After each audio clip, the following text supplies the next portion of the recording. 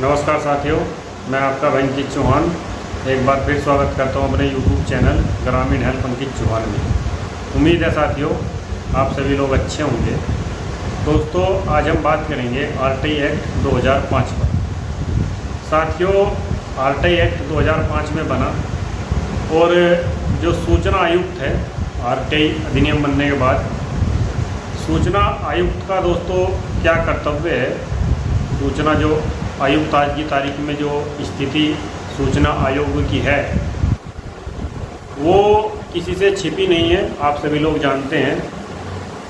ऐसा ही दोस्तों एक आज हम अपने उत्तर प्रदेश राज्य सूचना आयोग के जो है विषय में आपके साथ चर्चा करेंगे कि वहाँ पर किस प्रकार अपीलों का निस्तारण हो रहा है और धारा 18(1) के तहत जो शिकायतें जाती है उनका किस तरह से निस्तारण हो रहा है। और साथियों, आपकी इस पर क्या राय है, आपका इस पर क्या मानना है, आप लोग भी मुझे ज़रूर कमेंट में बताना। और जो लोग दोस्तों वीडियो पर नए हैं वो हमारे जो है वीडियो को शेयर कर दीजिए और चैनल को दोस्तों आप हमारे घर पर सब्सक्राइब कीजिए ताकि दोस्तों जो और भी नए वीडियो हमारे बने वो आप लोगों तक पहुंच सके। तो दोस्तों, एक्ट जब 2005 में बना, ये इस मंशा के साथ एक्ट बनाया गया था दोस्तों कि जो लोगों को सूचनाओं की आवश्यकता थी वो सूचना पहले दोस्तों केवल सरकारी जो डिपार्टमेंट में काम करने वाला व्यक्ति है वही वो सूचना ले पाता था। लेकिन दोस्तों अब जब ये 2005 में एक्ट बन गया है तो भारत का प्रत्येक नागरिक संपूर्ण भारत में कहीं भी दोस्तों किसी भी राज्य में किसी भी स्टेट में RTI एक्ट के तहत आवेदन लगा करके सूचना नियमानुसार ले सकता है। अब दोस्तों उत्तर प्रदेश में क्या हो रहा है, एक्ट में दोस्तों पूरी की पूरी जो व्यवस्था है वो एक टाइम बाउंड है, एक टाइम के अनुसार होना है वर्क। ऐसा नहीं कि आपके पास एप्लीकेशन आ गई है और वो सालों साल पड़ी है, उसका कोई जिक्र ही नहीं है, ये बिल्कुल नहीं होगा। सेक्शन 6(1) का जब कोई आवेदन दोस्तों दायर होता है, यानी कि धारा 6 का आवेदन जब दायर होता है लोक सूचना अधिकारी के कार्यालय में, तो दोस्तों 30 डेज के अंदर यानी कि 30 दिवस के अंदर सूचनाएं जो है जो जन सूचना अधिकारी है उनको आवेदनकर्ता को देनी होगी। ये दोस्तों सेक्शन 7(1) में क्लियरली लिखा हुआ है। और यदि सूचनाएं नहीं देने योग्य हैं तो उसके बारे में जन सूचना अधिकारी को बताना पड़ेगा, कारण बताना पड़ेगा, और सूचनाएं क्यों नहीं दे सकते इसके बारे में दोस्तों बताना पड़ेगा। ये सेक्शन 2 में इसके बारे में बताया गया है। अब दोस्तों जो RTI एक्ट है, यदि आपने 30 दिन की समय सीमा का उल्लंघन कर दिया है तो एक्ट ये कहता है कि 250 रुपये प्रतिदिन के हिसाब से जो लोक सूचना अधिकारी है उसके ऊपर जुर्माना अधिरोपित किया जाएगा यदि 30 दिन की समय सीमा का उल्लंघन हो गया है तो। अब जो सेक्शन 7(2) है वो ये कहती है दोस्तों कि यदि 30 दिन में आपको जन सूचना अधिकारी ने कोई प्रत्युत्तर नहीं दिया है, सूचना नहीं दी है, या फिर सूचना दी है तो वो आधी अधूरी सूचना दी है, वो ऐसी सूचना दी है जो कि आपके किसी काम के नहीं है, तो दोस्तों ये माना जाएगा कि जो लोक सूचना अधिकारी है उसने आपको सूचना देने से इनकार कर दिया है, अर्थात आपको मना कर दिया है और आपके आवेदन को निरस्त कर दिया है। दोस्तों ये सेक्शन 7(2) में क्लियरली लिखा हुआ है कि यदि कोई जन सूचना अधिकारी 30 दिवस के अंदर सूचनाएं देने में विफल रहता है तो ये मान लिया जाएगा कि उसने आपके आवेदन को नामंजूर कर दिया है। ये तो हुई दोस्तों एक बात। अब जब आप जाते हैं दोस्तों सूचना आयोग में सेकंड अपील में 19(3) में, तो वहाँ दोस्तों क्या हो रहा है 19(3) में जो राज्य सूचना आयुक्त है, मान लीजिए दोस्तों आप 5-6 महीने इस आवेदन में और प्रथम अपील में इसमें 3 महीने निकल जाते हैं। अब इसके बाद दोस्तों जब आप जाते हैं राज्य सूचना आयोग में, पहले तो वहाँ 5-6 महीने में आपका केस रजिस्टर्ड होगा जैसा उत्तर प्रदेश सूचना आयोग में है। रजिस्टर्ड केस होने के बाद में फिर उसमें तारीख लगेगी और फिर आप दोस्तों वहाँ तारीख पर जाइएगा। तो पत्रावली का अवलोकन करने के बाद जो भी राज्य सूचना आयुक्त है दोस्तों, मेरे भी कई केस उत्तर प्रदेश सूचना आयोग में है पेंडिंग, कहीं में निर्णय हो चुका है, तो वहाँ स्थिति मैंने ये नोट की है कि कोई भी सूचना आयुक्त दोस्तों इस बात पर गौर नहीं कर रहा है, इस बात पर जोर नहीं दे रहा है कि सेक्शन 7(1) और 7(2) का उल्लंघन जन सूचना अधिकारी ने क्यों किया है।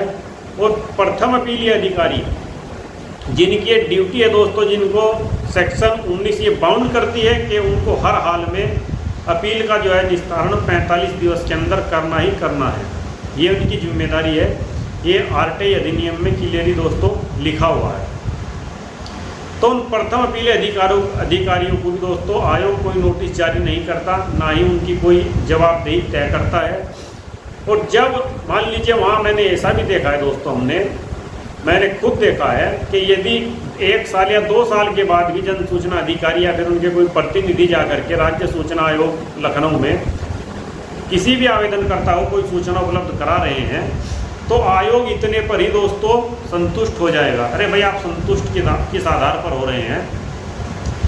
कई बार आयुक्त अपने फैसले में लिखते हैं कि हम संतुष्ट है। भाई आपके संतुष्ट होने से देखिए दोस्तों काम नहीं होगा। आयोग कहने लगे कि हम संतुष्ट है, इसमें कोई अन्य कार्रवाई की जरूरत नहीं है, तो सेक्शन 7(1) और 7(2) का क्या हुआ फिर? तो इसका मतलब ये 7(1) और 7(2) सेक्शन बेकार है आरटीआई अधिनियम में, है ना। आप जब आप सूचना आयुक्त जब इस बात से संतुष्ट हो रहे हैं कि जो 2 साल में सूचना आवेदनकर्ता को दी जा रही है, तो वो सूचना अपने आप में सही हो गई। अरे भाई जिस सूचना को 30 दिन में आवेदनकर्ता को मिल जाना चाहिए था, वो सूचना 2 साल में यदि जाकर मिल रही है, तो दोस्तों कानून कितनी तीव्र गति से काम कर रहा है। और आरटीआई एक्ट जो है इसका इन लोगों ने एक भद्दा जो मजाक दोस्तों बनवा के रख दिया है। साथ में सूचना आयुक्त भी दोस्तों इसमें शामिल है, क्योंकि ये ऐसे ऐसे निर्णय पारित कर रहे हैं जिनका कोई दोस्तों औचित्य नहीं है। और एक भी निर्णय में दोस्तों राज्य सूचना आयुक्त ये नहीं लिखता कि यदि आप मेरे निर्णय से व्यथित है, यदि आप मेरे निर्णय से असंतुष्ट है, आप संतुष्ट यदि नहीं है, तो आप जो है संबंधित हाई कोर्ट जा सकते हैं। ये दोस्तों ये तो किसी भी राज्य का जो है राज्य सूचना आयुक्त यही आराम से बोल देते हैं कि हमारा निर्णय तो 19/7 में आबद्धकारी है, अर्थात हमारा निर्णय अंतिम है। ठीक है, आपका निर्णय अंतिम है, लेकिन दोस्तों राज्य सूचना आयोग के जो फैसले हैं उनको अपील में सुना जा सकता है। अपील में हाई कोर्ट सुन सकती है, और हाई कोर्ट के बाद दोस्तों सुप्रीम कोर्ट सुन सकती है। दोस्तों ये सही है कि सेक्शन 23 में ये बताया गया है कि कोई भी कोर्ट इसके खिलाफ कोई किसी तरह की कार्रवाई नहीं करेगा और कोई केस किसी तरह का ग्रहण नहीं करेगा। लेकिन ये चीज़ें दोस्तों तब होगी जब जन सूचना अधिकारी और अपीलीय अधिकारी और संबंधित राज्य सूचना आयोग ने सेक्शन 21 यानी कि सेक्शन 21 के तहत सद्भावनापूर्वक कार्रवाई की हो। दोस्तों ये जो सद्भावनापूर्वक कार्रवाई है ये सेक्शन 21 में बताया गया है, लेकिन मैं आपको बताऊं सेक्शन 21 में इसको डिफाइन नहीं किया गया है, अर्थात इसको परिभाषित सेक्शन 21 में नहीं किया गया है। लेकिन दोस्तों आईपीसी के सेक्शन जो 52 है यानी कि 52 सेक्शन 52 जो है उसमें आप पढ़ सकते हैं, उसमें क्लियर बताया गया है कि यदि कोई भी लोक सेवक किसी भी कार्य को करते समय नियम का ध्यान नहीं रखेगा या विधि विरुद्ध कार्य करेगा, तो वो दोस्तों वहाँ पर सद्भावना नहीं, वो दुर्भावना वहाँ कहलाएगी। यानी कि उससे ये साबित होगा कि आप इसको दुर्भावनावश कर रहे हैं इस कार्य को। अब बात आती है दोस्तों उत्तर प्रदेश सूचना आयोग के जितने भी निर्णय हैं, जितने भी आदेश हैं, उनमें मैं ज़्यादा नहीं कहता दोस्तों, 99% निर्णय 99% सूचना आयुक्त के जो फैसले वो ऐसे हैं जिनको चैलेंज किया जा सकता है हाई कोर्ट में। आप बड़े आराम से चैलेंज कर सकते हैं। आप कोई भी दोस्तों एक निर्णय उठाकर मुझे लाकर दीजिए उत्तर प्रदेश सूचना की वेबसाइट पे से, और यदि कोई ये कहे कि मैं झूठ बोल रहा हूँ तो निर्णय मेरे सामने रखिए, मैं आपको बताता हूँ उनको चैलेंज किस आधार पर किया जा सकता है। और बिल्कुल 99% दोस्तों जो फैसले बिल्कुल चैलेंजेबल है, उनको भी आराम से आप चैलेंज कर सकते हैं। अब दोस्तों जहाँ लखनऊ फिर दिक्कत एक और आती है सूचना आयोग में कि आपके केस की तारीख इतनी लगती है, आप 7-7 तारीख एक केस में लग रही है, 8-8 तारीख एक केस में लग रही है, तो ये कितना उचित है दोस्तों। ये माननीय मुख्यमंत्री जी को और माननीय राज्यपाल महोदय जी को देखना चाहिए कि देश में एक कानून पास हुआ आरटीआई अधिनियम 2005, और इस आज की स्थिति में तो आज पूरे देश में आप देख लीजिए दोस्तों, जितने भी सूचना आयोग है वो एक आराम स्थल बन चुके हैं, एक आराम का ठिकाना बन गए हैं। राज्य सूचना आयुक्त जो दोस्तों क्या करते हैं कि 11 या 12 1 बजे सुनवाई शुरू होती है और शाम को 4-5 बजे चले जाते हैं। जबकि दोस्तों सुबह ही आना चाहिए उनको। इतनी मोटी तनख्वाह लेते हैं, इतना मोटी पगार लेते हैं और कार्य दोस्तों वहाँ बैठकर खाली कलम चलती है। ये नहीं देखते कि कोई नागरिक 1000 किलोमीटर दूर से आ रहा है या फिर 500 किलोमीटर दूर से आ रहा है, उसको क्या पीड़ा है, क्या दिक्कत है। और यदि सूचना उसको आयोग में आने के बाद मिल रही है तो ये कितना सही है और कितना गलत है। इस चीज़ को दोस्तों आत्ममंथन राज्य सूचना आयोग में जो आयुक्त महोदय बैठे हैं उत्तर प्रदेश में, उनको भी करना चाहिए। और इस चीज़ का दोस्तों आत्ममंथन आप सभी लोग भी करें। आप ये बात जरूर कहें अपनी सेकंड अपील की फाइनल सुनवाई में कि श्रीमान जब सेक्शन 7(1) और 7(2) का उल्लंघन हो गया है, सूचनाएं हमें यहाँ आने के बाद मिल रही है, तो इनके ऊपर जुर्माने की कार्रवाई अधिरोपित क्यों नहीं की जा रही है। जबकि एक्ट में ये क्लियर लिखा गया है कि यदि इस एक्ट का जो उल्लंघन हुआ है तो दोस्तों उसमें जुर्माने का प्रावधान क्लियर है। वहीं दोस्तों यदि हम एक आम नागरिक को देखते हैं साथियों, यदि आम नागरिक भारत का कोई भी कानून तोड़ता है, रूल का जो है फॉलो नहीं करता है, तो उसके लिए बाकायदा दोस्तों आईपीसी में प्रावधान है, उसको सज़ा दी जाती है, जेल भेजा जाता है।